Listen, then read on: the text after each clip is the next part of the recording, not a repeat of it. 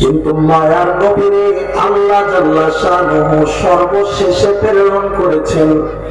সব নবীদের মধ্যে উম্মতের মায়া, উম্মতের দয়া আছে, কিন্তু আখির নবীর অন্তরের মধ্যে আল্লাহ উম্মতের এত দয়া, এত মায়া আল্লাহ দান করেছেন।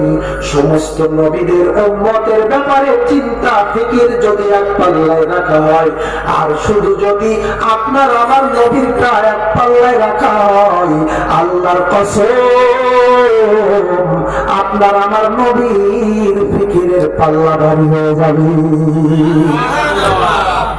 ওরে আল্লাহর গোলাম, পিছনে যত নবী দুনিয়াতে আল্লাহ পাঠাইছেন, কোন নবীর ব্যাপারে এইরকম সার্টিফিকেট আল্লাহ দেয়নি। উম্মতের এই যে উম্মতের কষ্টের কারণে নবীরও কষ্ট হয়, এমন সার্টিফিকেট আল্লাহ দেয়নি।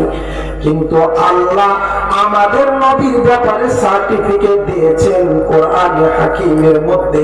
উম্মতের কোন ব্যাপারে কষ্ট হইলে কারেন্টের মতো নবীরও তা কষ্ট দেয়। আল্লাহ বলেন, লাকাদ জাআকুম রাসূলুম মিন আনফুসিকুম আজিজুন আলাইহি মা আনিতুম হারিসুন আলাইকুম বিল মুমিনিনা রাউফুর রাহিম। আল্লাহ বলেন কোরআনে হাকিমের মধ্যে, তোমাদের মধ্য থেকে তোমাদের মধ্যে এমন একজন নবী তোমাদের কাছে আসছেন, যে নবী আজিজুন আলাইহি মা আনিতুম, যা কিছু তোমাদেরকে কষ্ট দেয় ওই নবীর ওই কষ্ট বহন করা কষ্টসাধ্য হয়। হারিসুন আলাইকুম, যে নবী তোমাদের কল্যাণের জন্য সর্বদা পাগল, যে নবী রাউফুর বিল মুমিনিন, মুমিনদের ব্যাপারে নবীর অন্তরটা ভালোবাসা, নবীর অন্তরটা মায়া দিয়ে ভরা।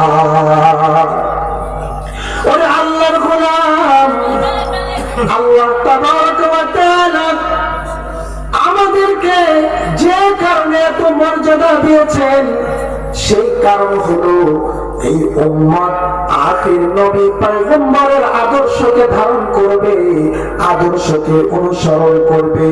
আখির নবীর আদর্শকে নিজের জীবনের প্রত্যেকটা ক্ষেত্রে, নিজের নখ থেকে নিয়ে শুরু করে পায়ের নখ পর্যন্ত বাস্তবায়ন করবে। আখির নবীর আদর্শ বাস্তবায়ন করার কারণে নবী যেই রকম দামি, ওই রকম উম্মত দামি হয়ে যাবে। ওরে আল্লাহর গোলাম, কিন্তু বড় আফসোস, আল্লাহ তাবারক ওয়া তাআলা এত দামি নবীর উম্মত বানানোর পরেও উম্মত নবীর অন্তরের মধ্যে এত মায়া, এত ভালোবাসা, কিন্তু ওই নবীর ব্যাপারে, নবীর আদর্শের ব্যাপারে আমাদের কোনো ভালোবাসা, মায়া, মহব্বত নাই। আল্লাহর নবী আমাদেরকে ভালোবাসেন, আমরাও দাবিদার, আমরা আল্লাহর নবীরে ভালোবাসি। ওই আল্লাহর গোলাম, চিন্তা করে দেখেন, দুনিয়ার একটা উদাহরণ দিয়ে বোঝাই। কেউ বলল আমি আমার স্ত্রীরে ভালোবাসি। এক যুবক এলাকার মধ্যে বিয়ে করে নিয়ে আসছে, বউ বড় সুন্দরী বউ। যুবক স্ত্রীরে ভালোবাসে, যুবক স্ত্রীরে ভালোবাসে, এজন্য স্ত্রী যুবককে যা বলে যুবক তাই করে। স্ত্রী বলে আজকে সাদা শার্ট পরো, যুবক সাদা শার্ট পরে।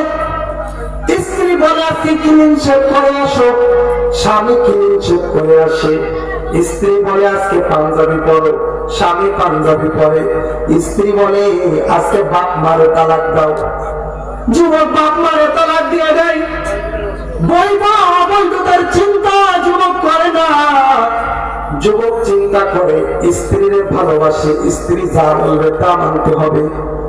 ওরে আল্লাহর গোলাম, দুনিয়ার এইগুলো ভালো তো বুঝো, তাহলে নবীকে তো বলো নবীরে ভালোবাসি, বলো আমি নবীরে ভালোবাসি, অন্তর পড়া ভালোবাসা আমার। তাহলে বলো কেন নবী যে আদর্শ রেখে গেছে সেটা জীবনের মধ্যে বাস্তবায়ন করো না?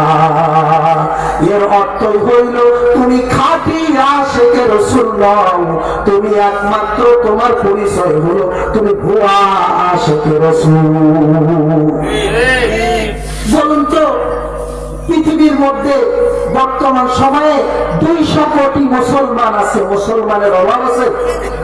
সব মুসলমান বলে যে নবীরে ভালোবাসি, সব মুসলমান বলে নবীরে ভালোবাসি, বাহিরের দেশে যাওয়া লাগবে না। 92% মুসলমানের দেশ বাংলাদেশের হিসাবটা করেন, সবাই বলে নবীরে ভালোবাসি, নবীর জন্য পাগল। নবীর জন্মদিন পালন করার জন্য এক শ্রেণীর মানুষ তো লাল শাড়ি লাগাইয়া 12 রবিউল আউয়াল আসলে রোড মার্চ করতে থাকে, লং মার্চ করতে থাকে। কেন? তার নবীর ভালোবাসার দাবিদার। হাজার হাজার মুসলমান সবাই নবীর ভালোবাসার দাবিদার। ও মুসলমান, এত আশিকে রাসূল যদি বাংলাদেশে থাকে, এই আশিকে রাসূল যদি খাঁটি আশিকে রাসূল হতো, এই আশিকে রাসূল খাঁটি যদি আশিকে রাসূল হতো, বাংলার কোন কুলাঙ্গার, বাংলার কোন নাস্তিক যাই করুক না কেন, আল্লাহর নবীর ইজ্জত নিয়ে সিনেমি খেলার মতো কোনো সাহস দেখাইতে পারত না। এক ধরনের নাস্তিক এই দেশের মধ্যে ছিল, এদেরকে সরকার দুধ কলা দিয়ে দিয়ে 16 বছর 18 বছর লালন পালন করছে। এদের দায়িত্ব ছিল মাঝে মাঝে ইস্যু তৈরি করার জন্য মুসলমানদের কলিজার মধ্যে একটু আঘাত দিবে। কখনো লতিফ সিদ্দিকীরে লাগাতো, কখনো তাসলিমা নাসরিনে লাগাতো, কখনো অমুকরে লাগাতো, তুমুকরে লাগাতো, লাগায় ইস্যু তৈরি করতো, মুসলমানদের একটু বাজায় দেখতো ইমানের অবস্থাটা কি। মুহতারাম হাজিরিন, বাংলাদেশের মধ্যে বিগত 16 বছরে যে পরিমাণ আল্লাহর নবীর ইজ্জত নিয়ে ছিনিমিনি খেলা হয়েছে, যে পরিমাণ কোরআনের বিধান নিয়ে ছিনিমিনি খেলা হয়েছে, বাংলাদেশের জন্ম হওয়ার পর থেকে, বাংলাদেশ স্বাধীন হওয়ার পর থেকে বাংলার জমিনের মধ্যে এত পরিমাণ আল্লাহর নবীর ইজ্জত নিয়ে ছিনিমিনি খেলার সাহস কেউ দেখাইতে পারি না। আল্লাহর নবীর ইজ্জত নিয়ে ছিনিমিনি খেলছে যারা, আর দুধ কলা দিয়ে বসছে যারা, আল্লাহ তাদের শাস্তি দিয়ে দিয়েছে। এক লাঠি দিয়ে 44 মিনিটের মধ্যে মামুবাড়ি দিল্লির মধ্যে যেয়ে পড়ছে।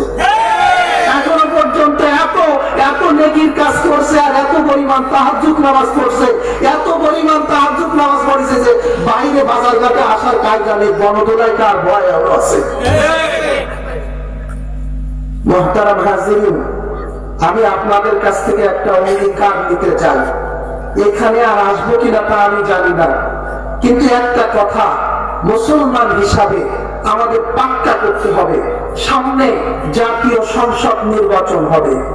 জাতীয় সংসদ নির্বাচনে মুসলমানের পক্ষ থেকে একটা স্লোগান থাকতে হবে, মুসলমানের ম্যান্ডেট, মুসলমানের সাপোর্ট ওই ব্যক্তি পাবে, মুসলমানের সাপোর্ট ওই দল পাবে যে দলের অঙ্গীকার হবে সংসদে যাব, প্রথম কাজ হবে সংসদের মধ্যে আইন পাস হবে। বাংলার জমিনে কোন কুলাঙ্গার যদি আল্লাহর নবীর ইজ্জত নিয়ে কথা বলে, তার চূড়ান্ত শাস্তি, কোন মামলা নেই, কোন মোকদ্দমা নেই, একটাই আইন তার জন্য করতে হবে, প্রকাশ্য ময়দানে ফাঁসি দেওয়ার আইন তার জন্য করতে হবে। এটা যারা এদের জনপ্রতিনিধিদেরকে যারা ভোট চাইতে আসবে, মুসলমান হিসাবে ক্লিয়ার করে জানাই দেবেন ভোট দিতে পারি, শর্ত আছে। এটা ইশতেহারের মধ্যে আগে ঘোষণা করতে হবে, সংসদে যাব, প্রথম কাজ করব নবীর পরে নবী নাই, এই আইন সংসদের মধ্যে পাস করব।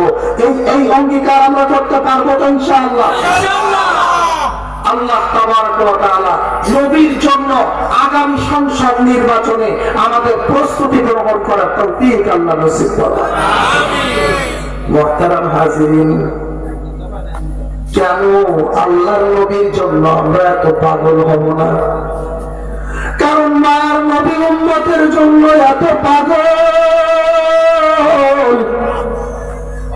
আম্মা জান আয়েশা সিদ্দিকা রাদিয়াল্লাহু রাদিয়াল্লাহু তাআলা আনহু হাদিসের মধ্যে বলেন, সহিহ ইবনে হিব্বান হাদিস নম্বর 2236, আম্মা জান আয়েশা সিদ্দিকা রাদিয়াল্লাহু তাআলা আনহা বলেন, আমি একদিন দেখলাম আল্লাহর নবী খুব মনটা খুব ভালো, মন ভালো অবস্থায় বসে আছে।